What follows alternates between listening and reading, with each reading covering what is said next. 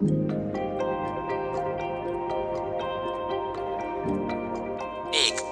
पांडु का राज्य अभिषेक महाभारत। Artlist.io धृतराष्ट्र जन्म से ही अंधे थे, अतः उनकी जगह पर पांडु को राजा बनाया गया। इससे धृतराष्ट्र को सदा अपनी नेत्रहीनता पर क्रोध आता और पांडु से द्वेष भावना होने लगती।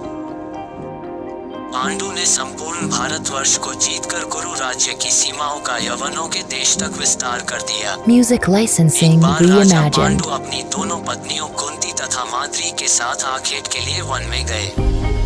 वहां उन्हें एक मृग का प्रणयरत जोड़ा दृष्टिगत हुआ। पांडु ने तत्काल अपने बाण से उस मृग को घायल कर दिया।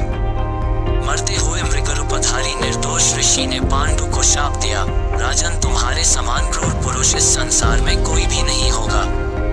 तूने मुझे प्रणय के समय बाण मारा है, अतः जब कभी भी तू प्रणयरत होगा तेरी मृत्यु हो Artlist.io जाएगी। इस शाप से पांडु अत्यंत दुखी हुए और अपनी रानियों से बोले, हे देवियों, अब मैं अपनी समस्त वासनाओं का त्याग करके इस वन में ही रहूंगा। तुम लोग हस्तिनापुर लौट जाओ। उनके वचनों को सुनकर दोनों रानियों ने दुखी होकर कहा, नाथ, हम आपके बिना एक क्षण भी Music जीवित नहीं रह licensing सकती। reimagined. आप हमें भी वन में अपने साथ रखने की कृपा कीजिए। पांडु ने उनके अनुरोध को स्वीकार करके उन्हें वन में अपने साथ रहने की अनुमति दे दी।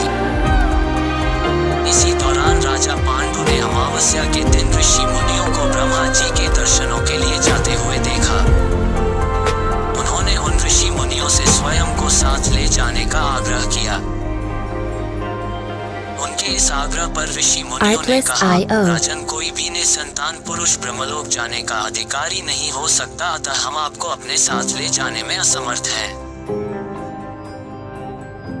ऋषि मुनियों की बात सुनकर पांडु अपनी पत्नी से बोले, हे कुंती, मेरा जन्म लेना ही वृथा हो रहा है, क्योंकि संतानहीन व्यक्ति पितृ ऋण, Music ऋषि ऋण, licensing देव ऋण तथा reimagined. मनुष्य ऋण से मुक्ति नहीं पा सकता। क्या तुम पुत्र प्राप्ति के लिए मेरी सहायता कर सकती हो? कुंती बोली, हे आर्यपुत्र, दुर्वासा ऋषि ने मुझे ऐसा मंत्र प्रदान किया है जिससे मैं किसी भी देवता का आह्वान करके मनोवांछित वस्तु प्राप्त कर सकती हूँ। आप आज्ञा करें, मैं किस देवता को बुलाऊं? इस पर पांडु ने धर्म को आमंत्रित करने का आदेश दिया। धर्म ने कुंती को पुत्र प्रदान किया, जिसका नाम युधिष्ठिर रखा गया। कालांतर में पांडु ने कुंती को पुनः 2 बार वायुदेव तथा इंद्रदेव को आमंत्रित करने की आज्ञा दी। वायुदेव से भीम तथा इंद्र से अर्जुन की उत्पत्ति हुई। तत्पश्चात पांडु की आज्ञा से कुंती ने माद्री को उस मंत्र की Music दीक्षा दी। licensing reimagined. माद्री ने अश्वनी कुमारों को आमंत्रित किया और नकुल तथा सहदेव का जन्म हुआ। एक दिन राजा पांडु माद्री के साथ वन में सरिता के तट पर भ्रमण कर रहे थे। वातावरण अत्यंत रमणीय था और शीतल मंद सुगंधित वायु चल रही थी। सहसा वायु के झोंके से माद्री का वस्त्र उड़ गया। इससे पांडु का मन चंचल हो उठा और वे प्रणय में प्रवृत्त हुए ही थे कि शापवश उनकी मृत्यु हो गई। माद्री उनके साथ सती हो गई, किंतु पुत्रों के पालन पोषण के लिए कुंती हस्तिनापुर लौट आई। वहां रहने वाले ऋषि मुनि पांडवों को राजमहल छोड़कर आ गए। ऋषि मुनि तथा कुंती के कहने पर सभी ने पांडवों को पांडु का Music पुत्र मान लिया licensing और उनका स्वागत reimagined. किया। तो कर्ण का जन्म महाभारत। धृतराष्ट्र, पांडु और विदुर के लालन पालन का भार भीष्म के ऊपर था। तीनों पुत्र बड़े होने पर विद्या अध्ययन के लिए भेजे गए। धृतराष्ट्र बल विद्या में, पांडु धनुर्विद्या में तथा विदुर धर्म और नीति में निपुण हुए। युवा होने पर धृतराष्ट्र अंधे होने के कारण राज्य के उत्तराधिकारी न बन सके। Artlist.io विदुर दासी पुत्र थे, इसलिए पांडु को ही हस्तिनापुर का राजा घोषित किया गया। भीष्म ने धृतराष्ट्र का विवाह गांधार की राजकुमारी गांधारी से कर दिया। गांधारी को जब ज्ञात हुआ कि उसका पति अंधा है तो उसने स्वयं अपनी आंखों पर पट्टी बांध ली। उन्हीं दिनों यदुवंशी राजा शूरसेन की पोषित कन्या कुंती जब सयानी हुई तो पिता ने उसे घर आए हुए महात्माओं के सेवा में लगा दिया। Music licensing पिता के reimagined. अतिथि गृह में जितने भी साधु महात्मा ऋषि मुनि आदि आते, कुंती उनकी सेवा मन लगाकर किया करती थी। एक बार वहां दुर्वासा ऋषि आ पहुंचे। कुंती ने उनकी भी मन लगाकर सेवा की। कुंती की सेवा से प्रसन्न होकर दुर्वासा ऋषि ने कहा, पुत्री मैं तुम्हारी सेवा से अत्यंत प्रसन्न हुआ हूँ, अतः तुझे एक ऐसा मंत्र देता हूँ जिसके प्रयोग से तू जिस देवता का स्मरण करेगी वह तत्काल तेरे समक्ष प्रकट होकर तेरी मनोकामना पूर्ण करेगा। इस प्रकार दुर्वासा ऋषि कुंती को मंत्र प्रदान करके चले गए।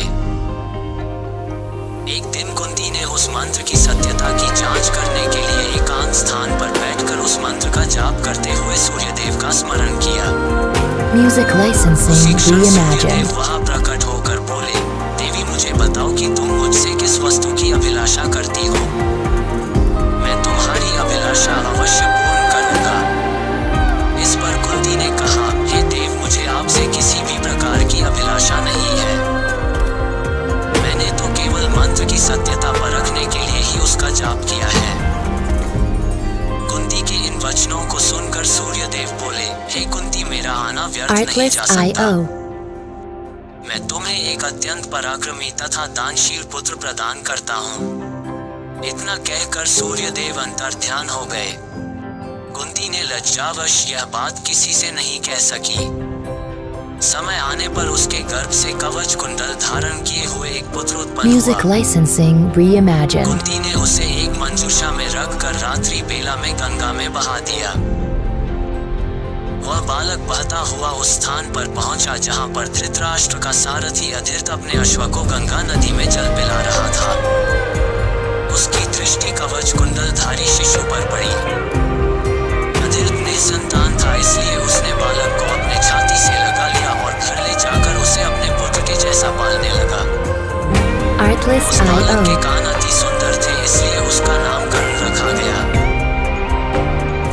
कर्ण गंगा जी में बहता हुआ जा रहा था कि महाराज धृतराष्ट्र के सारथी अधीर्त और उनकी पत्नी राधा ने उसे देखा और उसे गोद ले लिया और उसका लालन पालन करने लगे। कुमार अवस्था से ही कर्ण की Music रुचि अपने licensing पिता अधीर्त के reimagined. समान रथ चलाने की बजाय युद्धकला में अधिक थी। कर्ण और उसके पिता अधीर्त आचार्य द्रोण से मिले, जो कि उस समय युद्धकला के सर्वश्रेष्ठ आचार्यों में से एक थे।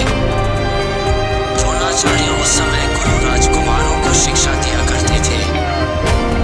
उन्होंने कर्ण को शिक्षा देने से मना कर दिया, क्योंकि कर्ण एक सारथी पुत्र था और द्रोण केवल क्षत्रियों को ही शिक्षा दिया करते थे।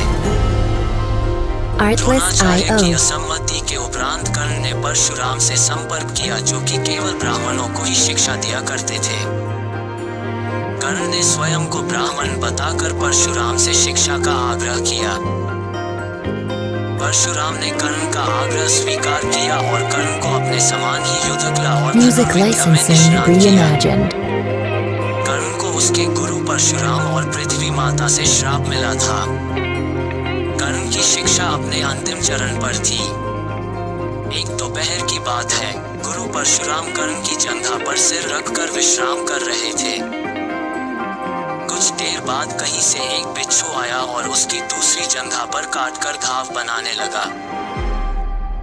गुरु का विश्राम भंग ना हो, इसलिए कर्ण बिच्छू को दूर न Artlist.io. हटाकर उसके डंक को सहता रहा। कुछ देर में गुरुजी की निद्रा टूटी और उन्होंने देखा कि कर्ण की जांघ से बहुत रक्त बह रहा है। Artlist.io. उन्होंने कहा कि केवल किसी क्षत्रिय में ही इतनी सहनशीलता हो सकती है कि वह बिच्छू डंक को सह ले, न कि किसी ब्राह्मण में। और परशुराम जी ने उसे मिथ्या भाषण के कारण श्राप दिया कि जब भी कर्ण को उनकी दी हुई शिक्षा की सर्वाधिक आवश्यकता होगी, उस दिन वह उसके काम नहीं आएगी। Music licensing reimagined. जो कि स्वयं ये नहीं जानता था कि वह किस वंश से है, ने अपने गुरु से क्षमा मांगी और कहा कि उसके स्थान पर यदि कोई और शिष्य भी होता तो वो भी यही करता। यद्यपि कर्ण को क्रोधवश श्राप देने पर उन्हें ग्लानि हुई, पर वे अपना श्राप वापस नहीं ले सकते थे। तब उन्होंने कर्ण को अपना विजय नामक धनुष प्रदान किया और उसे ये आशीर्वाद दिया कि उसे वह वस्तु मिलेगी जिसे वह सर्वाधिक चाहता है। अमित प्रसिद्ध थी। कुछ लोक कथाओं में माना जाता है कि बिच्छू के रूप में में स्वयं इंद्र थे, जो उसकी वास्तविक क्षत्रिय पहचान को उजागर करना चाहते थे। परशुराम जी के आश्रम से जाने के पश्चात कर्ण कुछ समय तक भटकता रहा। इस दौरान वह शब्दवेदी विद्या सीख रहा था। अभ्यास के दौरान उसने एक गाय के बछड़े को कोई वन्य पशु समझ लिया और उस पर शब्दवेदी बाण चला दिया और बछड़ा मारा गया। तब उस गाय के स्वामी ब्राह्मण ने कर्ण को श्राप दिया कि जिस प्रकार उसने एक असहाय पशु को मारा है, वैसे ही एक दिन वह भी मारा जाएगा, जब वह सबसे अधिक असहाय होगा और जब उसका सारा ध्यान अपने शत्रु से कहीं अलग किसी और काम पर होगा। Artlist.io इस प्रकार कर्ण परशुराम का एक अत्यंत परिश्रमी और निपुण शिष्य बना। कर्ण दुर्योधन के आश्रय में रहता था। गुरु द्रोणाचार्य ने अपने शिष्यों की शिक्षा पूरी होने पर हस्तिनापुर में एक रंगभूमि का आयोजन करवाया। रंगभूमि में अर्जुन विशेष धनुर्विद्या युक्त शिष्य प्रमाणित हुआ। तभी कर्ण रंगभूमि में आया और अर्जुन द्वारा किए गए कर्तव्यों को पार करके उसे द्वंद्व युद्ध के लिए ललकारा। तब कृपाचार्य ने कर्ण के द्वंद्व युद्ध को अस्वीकृत कर दिया और उससे उसके वंश और साम्राज्य के विषय में पूछा, क्योंकि द्वंद्व युद्ध के नियमों के अनुसार केवल एक राजकुमार ही अर्जुन को, जो हस्तिनापुर का राजकुमार था, द्वंद्व युद्ध के लिए ललकार सकता था। Artlist.io तब कौरवों में सबसे ज्येष्ठ दुर्योधन ने कर्ण को अंगराज घोषित किया, जिससे वह अर्जुन से द्वंद्व युद्ध के योग्य हो जाए। जब कर्ण ने दुर्योधन से पूछा कि वह उससे इसके बदले में क्या चाहता है, तब दुर्योधन ने कहा कि वह केवल ये चाहता है कि कर्ण उसका मित्र बन जाए। Music Licensing इस Reimagined घटना के बाद महाभारत के कुछ मुख्य संबंध स्थापित हुए, जैसे दुर्योधन और कर्ण के बीच सुदृढ़ संबंध बने। कर्ण और अर्जुन के बीच तीव्र प्रतिद्वंद्विता और पांडवों तथा कर्ण के बीच वैमनस्य। कर्ण दुर्योधन का एक निष्ठावान और सच्चा मित्र था। यद्यपि वह बाद में दुर्योधन को खुश करने के लिए युद्ध क्रीड़ा में भागीदारी करता है, लेकिन वह आरंभ से ही इसके विरुद्ध था। Artlist.io कर्ण शकुनी को पसंद नहीं करता था और सदैव दुर्योधन को यही परामर्श देता कि वह अपने शत्रुओं को परास्त करने के लिए अपने युद्ध कौशल और बाहुबल का प्रयोग करे, न कि कुटिल चालों का। जब लाक्षागृह में पांडवों को मारने का प्रयास विफल हो जाता है, Music तब कर्ण licensing दुर्योधन को उसकी reimagined. कायरता के लिए डांटता है और कहता है कि कायरों की सभी चालें विफल ही होती हैं, और उसे समझाता है कि उसे एक योद्धा के समान कार्य करना चाहिए और उसे जो कुछ भी प्राप्त करना है, उसे अपनी वीरता द्वारा प्राप्त करे। चित्रांगद की राजकुमारी से विवाह करने में भी कर्ण ने दुर्योधन की सहायता की थी। अपने स्वयंवर में उसने दुर्योधन को अस्वीकार कर दिया और तब दुर्योधन उसे बलपूर्वक उठाकर ले गया। Artlist.io तब वहां उपस्थित अन्य राजाओं ने उसका पीछा किया, लेकिन कर्ण ने अकेले ही उन सबको परास्त कर दिया। परास्त राजाओं में जरासंध, शिशुपाल, दंतवक्र, साल्व और रुक्मी इत्यादि थे। कर्ण की प्रशंसा स्वरूप जरासंध ने कर्ण को मगध का एक भाग दे दिया। भीम ने बाद में श्री कृष्ण की सहायता से जरासंध को परास्त किया, लेकिन उससे बहुत पहले कर्ण ने उसे अकेले परास्त किया था। Music Licensing कर्ण ही ने Reimagined जरासंध की इस दुर्बलता को उजागर किया था कि उसकी मृत्यु केवल उसके धड़ को पैरों से चीरकर 2 टुकड़ों में बांटकर हो सकती है। Thank you for watching.